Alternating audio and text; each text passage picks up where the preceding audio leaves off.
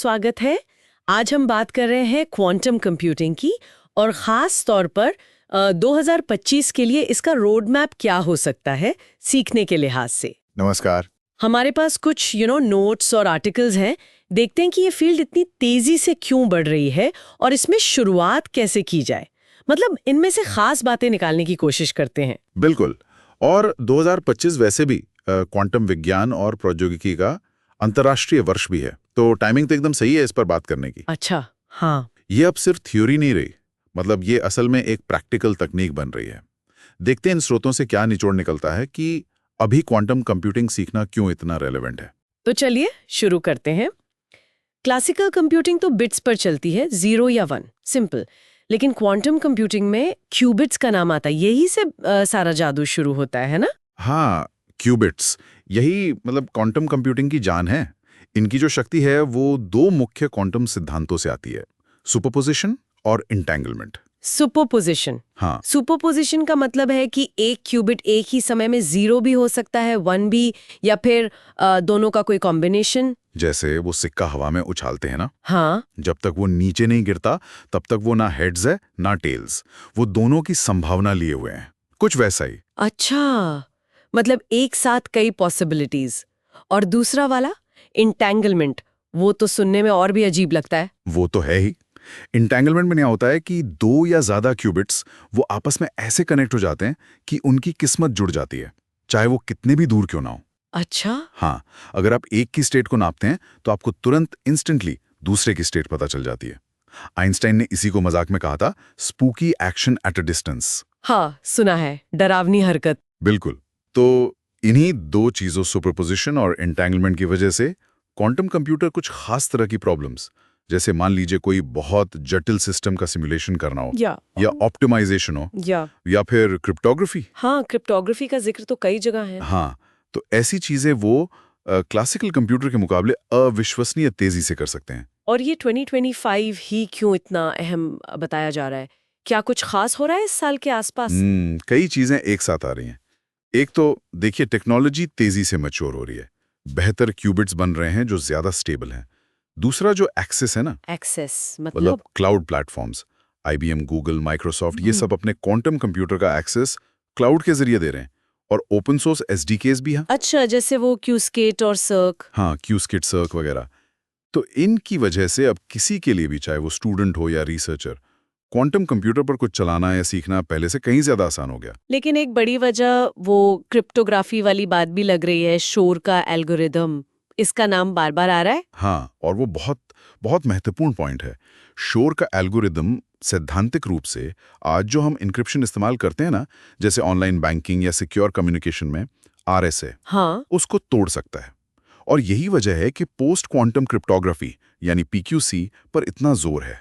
PQC मतलब ऐसा encryption जो क्वांटम कंप्यूटर से भी सेफ हो। बिल्कुल, क्योंकि एक डर है जिसे हार्वेस्ट नाउ डिक्रिप्ट लेटर कहते हैं। मतलब कोई आज आपकी एन्क्रिप्टेड जानकारी चुरा कर रख ले ओ। और इंतजार करे कि जब पावरफुल क्वांटम कंप्यूटर बन जाएगा तब उसे खोल लेगा। ये खतरा रियल है। बाप रे! तो मतलब हमें आज ही तैयारी करनी होगी फ्यूचर के लिए। और शायद इसीलिए इस फील्ड में स्किल्ड लोगों की भी कमी है। एक आर्टिकल में टैलेंट गैप की बात थी। एकदम सही। बहुत डिमांड है ऐसे लोगों की जिन्हें क्वांटम कंप्यूटिंग समझ आती हो, और सप्लाई अभी कम है। तो जो लोग अभी सीख रहे हैं उनके लिए ये एक बहुत बड़ा मौका है। तो सीखने के लिए क्या चाहिए, मतलब बेसिक्स क्या है? देखिए, थोड़ी गणित तो चाहिए, लीनियर अलजेब्रा, कॉम्प्लेक्स नंबर्स, ये सब काम आते हैं। और प्रोग्रामिंग स्किल्स, खासकर पाइथन। पाइथन क्यों? क्योंकि जो बड़े एसडीकेज हैं जैसे किस्किट जिसका हमने जिक्र किया, वो पाइथन बेस्ड है, तो पाइथन जानना बहुत फायदेमंद है। अच्छा, और हार्डवेयर की तरफ क्या चल रहा है? क्या सब क्वांटम कंप्यूटर एक जैसे होते हैं? नहीं नहीं, कई अलग अलग अप्रोचेज हैं। कुछ लोग सुपर कंडक्टिंग क्यूबिट्स बना रहे हैं, कुछ ट्रैप्ड आयन टेक्नोलॉजी इस्तेमाल कर रहे हैं, कुछ फोटोनिक्स पर काम कर रहे हैं। ओके। सबके अपने फायदे नुकसान हैं, और अब फोकस सिर्फ क्यूबिट्स की गिनती बढ़ाने पर नहीं है, बल्कि लॉजिकल क्यूबिट्स बनाने पर है। Logical qubits? हाँ, मतलब ज्यादा भरोसेमंद क्यूबिट्स, ये कई फिजिकल क्यूबिट्स को मिलाकर बनते हैं ताकि गलतियों को ठीक किया जा सके। और साथ ही एप्लीकेशन स्पेसिफिक मशीनें बनाने पर भी ध्यान है। मतलब किसी खास काम के लिए बना क्वांटम कंप्यूटर। आपने गलतियों की बात की। हम्म मैंने पढ़ा था कि ये क्वांटम कंप्यूटर शोर को लेकर बहुत सेंसिटिव होते हैं। इसका क्या मतलब है? हाँ, ये एक बहुत बड़ी चुनौती है। क्यूबिट्स बहुत नाजुक होते हैं।